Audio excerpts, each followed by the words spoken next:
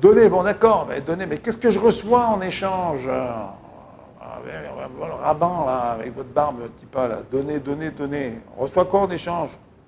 Des gens, moi, ça fait 20 ans que je donne, je ne reçois rien, je suis marié avec un égoïste, où le mari dit, moi, je suis marié avec une femme inconséquente, ingrate, etc. Les gens éprouvent des très grandes frustrations lorsqu'ils parlent de ce qu'ils ont donné. Bon, je voudrais vous dire une chose, c'est que dans la paracha, dans la section de la Torah qui parle du don dans Kitissa, qui parle du fait de donner de l'argent au Beth Amikdash, au temple, il y a un passage qui dit « Venatenu » et ils donneront. Et ce qui est intéressant, c'est que ce Venatenu se lit aussi à l'envers. Venatenu. Ça veut dire qu'en fait, quand on donne au Beth Amikdash, par exemple, on donne de la tzedaka à des pauvres, on reçoit automatiquement en retour. Les grands Baal et tzedaka, les gens qui donnent la tzedaka, ils disent toujours « Je n'ai pas donné de l'argent, j'ai reçu ce que je devais recevoir. » En fait, il faut savoir une chose.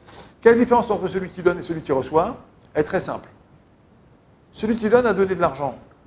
Mais celui qui reçoit, par le fait qu'il a pris l'argent de l'autre, il a donné à celui qui donne, en fait, une très grande ma'ala. Il lui a donné un niveau. Il l'a élevé spirituellement. Donc celui qui a donné de l'argent a enrichi ou a évité à l'autre de s'appauvrir. Et l'autre qui reçoit, il lui donne maintenant un niveau spirituel, psychique, mental. Donc rappelez-vous bien de ça.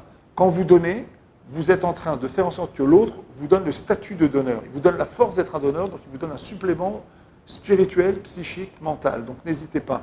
Ça vaut la peine de donner, au-delà parfois de ses propres limites. Alors évidemment, dans le couple, on va donner de l'énergie, on va donner de l'écoute, on va donner de l'attention, on va donner des cadeaux, on va donner un sourire à l'autre, on va donner un encouragement à l'autre, on va lui donner des tas de choses dont il a besoin, même si on est dans une période de reconstruction, on a l'air un petit peu mongol à faire les choses un peu de manière caricaturale, de manière, le mot m'échappe et ça va revenir, de manière bizarre, quoi. C'est surfait, quoi. Hein, d'accord? Eh ben non, ben c'est très bien, c'est là qu'il faut donner. Parce qu'en fait, on est en train d'acquérir un niveau psychique, mental, spirituel. On acquiert le statut de donneur, la force d'être un donneur.